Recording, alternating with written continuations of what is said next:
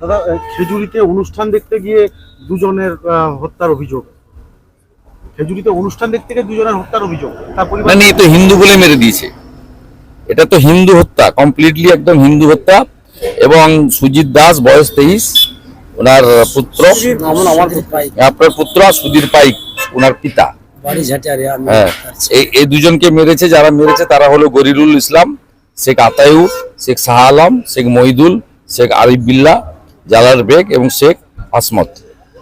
এরা notorious criminal.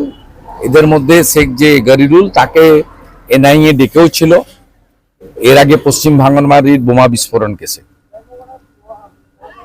Completely এদেরকে খুন করা হয়েছে, এটা নিয়ে কোনো দ্বিধাদ্বন্দ্ব বিষয় নেই।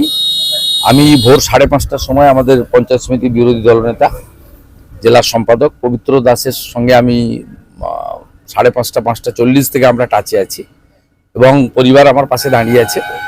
পরিবার পরিষ্কার মার্ডার কেস,